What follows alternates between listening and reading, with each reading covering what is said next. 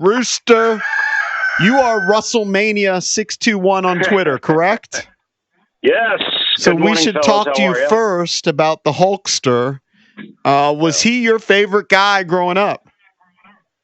I mean, yes, because he was the guy. He was the main guy. He was the badass, but the not Hollywood hero. That was later. He was the all-American hero. He represented everything that we didn't have in society, quite honestly, guys, at that point. He was an American icon. He was waging a wrestling war against the Iron Sheik from Iran and Nikolai Volkov from Russia. And that was when the temperature of those battles in our country were so hot and so extreme and so tenuous. And here was this bleached blonde, amazingly muscled, cut superhero figure that we had never seen out of Rocky III and in the wrestling ring. And he's waging a war as an American against these two cats in these two countries. And the music and Survivor and Eye of the Tiger and I Am a Real American, when he switched to that as his walkout music, I mean, it was just unbelievable. So he was an American hero who became a global icon before he really hurt his reputation and his legacy in the last, say, 12 to 15 years. Yeah. Do you think, would he have been as big if he wasn't in Rocky III? I think that vaulted him into like superstardom. I think that vaulted him into the perch that WWF at that point gave him.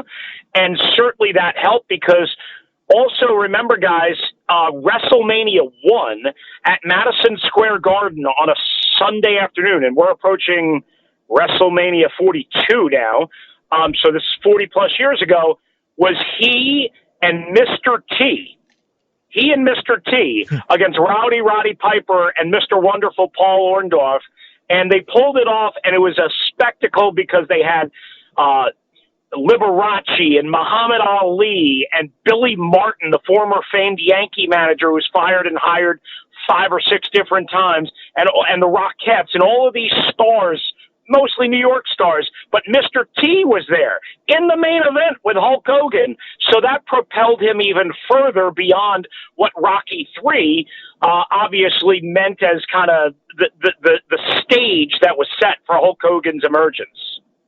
Right. So of the 3 deaths, we talked about it, and then we'll move on and get on to the Commanders. For some reason, even though I'm by far the least wrestling mark here, this one kind of hit me the hardest of the Malcolm Jamal, which hit me. All of us, I think, of our generation. Yep. The Ozzy, I wasn't a huge metal guy, but I mean, Ozzy was so friggin' endearing and lovable in the iconic reality show on MTV. And then Hulk. I don't know. It's been a dark week, Yeah, Rooster. no. It's been a tough week, boys. And you know, everybody says they happen in threes, and sure as you know what, they happen in threes. I would say all 3 of those hit me hard. I would say Ozzy hit me less because I wasn't a metal fan, but I mean, I respect obviously his greatness and what he did and what he meant to the music industry and all that. And I was listening to you guys the other day, and you know, when Cakes was talking about his experiences and whatnot. But yeah, I mean, Hulk Hogan's legacy is so complicated. I spent so much time yesterday on everybody's show and on my show talking about it. Right? I mean, I don't mean to dismiss by any means what he did wrong in the last 12 to 15 years of his life. He did a lot of things wrong. It's a complicated legacy. But guys, I was having this argument with someone last night. Like, he may have been as impactful as Michael Jackson, as Prince, as, I don't know, the Rolling Stones at times. That's what Hulk Hogan was, not only to Americans, not only to wrestling, but to the globe. He was a global phenomenon for a long time. Talking to Chris Russell, the Rooster. You can listen to the Chris Russell Show 1 to 4 p.m. on Team 980. And, of course, Chris could throw in the 80s, mid-80s, when he was younger. All right, you're at training camp. I heard you just shredding me about that. That was the most awkward conversation with Adam Peters, a guy who wanted nothing to do with either one of us, JP, and I'm trying to sit there and sell my exploits from 34 years ago on a bad radar gun. Oh, my goodness. Yeah, I said I this. have faith in your arm, Rooster. I said this. I didn't doubt you. I said this on the show. I mean, number one, I do doubt you. I think he's in my department. And number two, you couldn't wait to doubt me in front of AP. I mean, Adam Peters was there. It's just an awkward environment. He was standing between two cocktail tables, and just people are kind of going up to him like a receiving line to just schmooze with them for a couple minutes. So I pounced on you. So I pounced on you when you said that you were throwing in the mid 80s before you got into sports radio.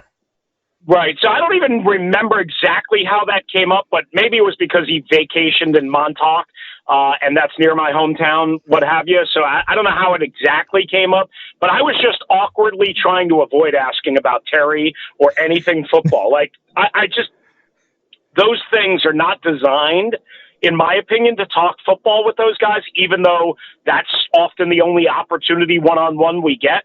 But, man, look, I would just say this. Maybe I was told the wrong thing. Maybe the radar guns 34 years ago sucked. I'm sure they did, boys. But I was pretty damn good. I was pretty damn good for a rooster, a young rooster. All right, let's get on the team. I don't want to waste too much time on Terry because we've done it for weeks and weeks and weeks, and nobody knows anything. But I have to say that the longer I think about it and the more people have kind of given me information about other teams, et cetera, like Ayuk, last year, they say signed the same deal that they offered him a month before, right? So he held in the whole time, and it didn't earn him, allegedly another penny. And then I think about it, I go, you know what? They're probably not going to budge. It's just going to be, at what point is Terry going to either accept it or not accept it? Well, yeah, because, and maybe they'll budge a little bit, Evie, but here's the thing that they, they're looking at it from a NFL perspective, whereas Terry's kind of looking at it from a Terry perspective. Number one. Number two, I think they realize that, he's got to play, right? He's got to report at some point. The $50,000 fines, yes, but he's got to play to get credit for the year. So that's a part of it. So that allows them to and they have more leverage because they also know they have two, you don't want to do this, pending franchise tags. Yeah, for sure. That's they part can of lock it. him in. Yeah, exactly. So why majorly adjust your stance from whatever they're offering, which I've heard was even lower than the 30.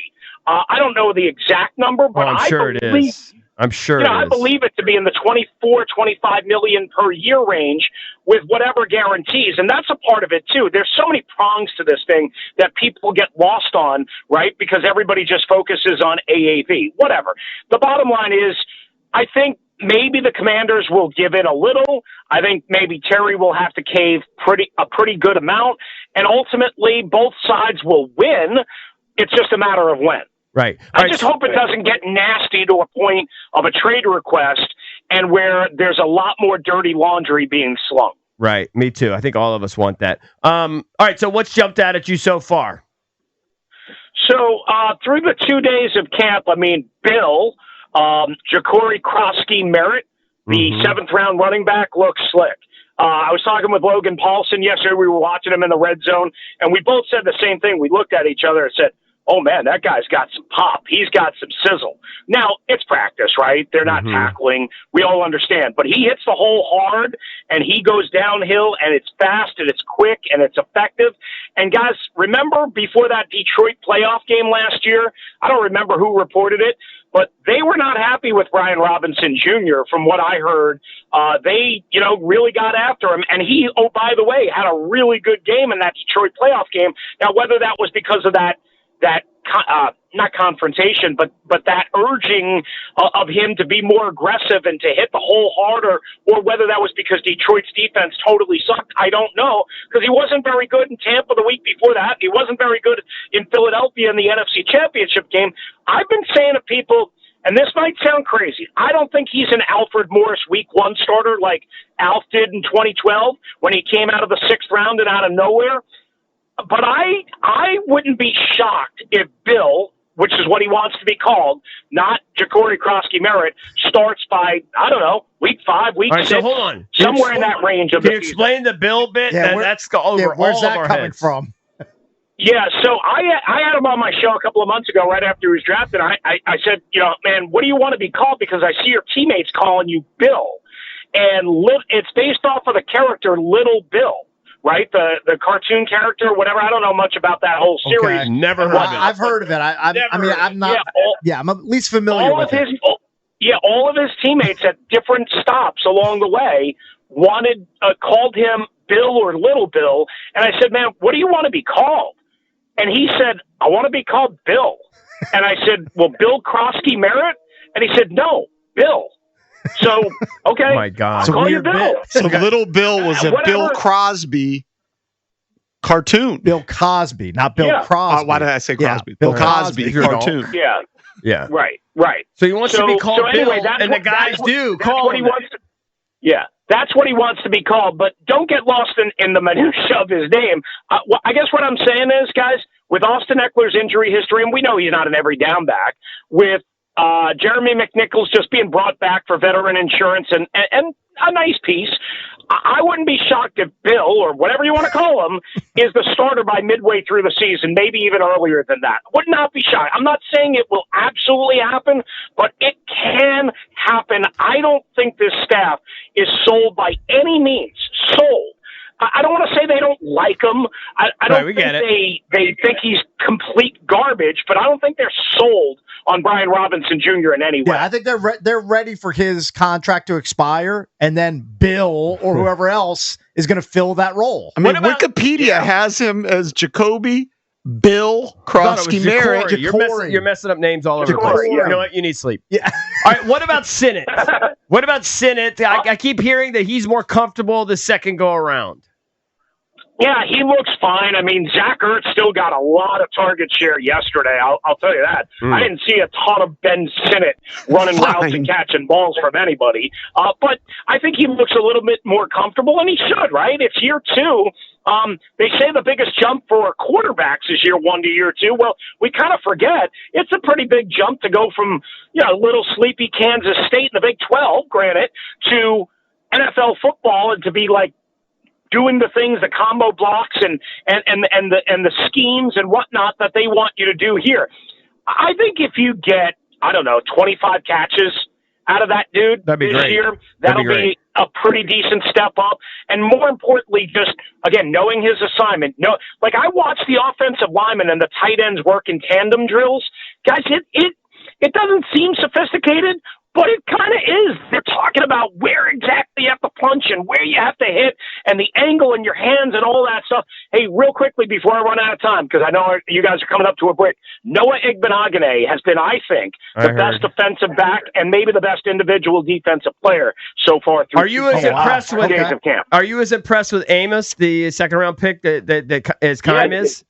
Yeah, he had a really nice pass breakup yesterday that I saw in the end zone. A real tight, sticky coverage. I forget who the receiver was. I'd have to look at my notes, but no doubt he's looked the part too. I don't mean to dismiss him. I just say Noah Igbenogany has really jumped out to me. Will Harris has looked pretty good. Absolutely. Amos, again, it's early. It's 2 days, guys. They're not in pads, but he has looked good, and Jaden's looked great. So, I think everything pretty much has been standard fare for the first 2 days. We got an 8 a.m. practice this morning because they moved it up an hour because they're worried about the heat index. So they're trying to take care of the guys. A couple of veterans, Von Miller and Laramie Tunsil, had off yesterday. We'll see what happens. And then the fans come out on Sunday. Everybody will get a chance. Do you guys ask, do you have to do the obligatory at least one Terry update question every day, or you don't do that? Yeah, I'd be less than honest if I told you that I was spending a lot of time with Dan Quinn in the pre-practice press conferences. Usually my ass is running late, which it kind of is already today. Right. So yes, there have been a couple of questions about Terry.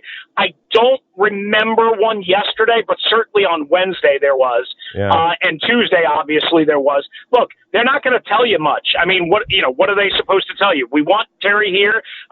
We have. I just want the sense of urgency. I just want the sense of Yeah. urgency, and I don't feel it from either side. I don't think there's a sense of urgency from the commander side. If that's what you're looking for, I don't think there's a tremendous sense of urgency. Yeah. All right. Thank you, Russell. Appreciate it, buddy. Thank you guys. Have a good weekend. Thanks, Rooster.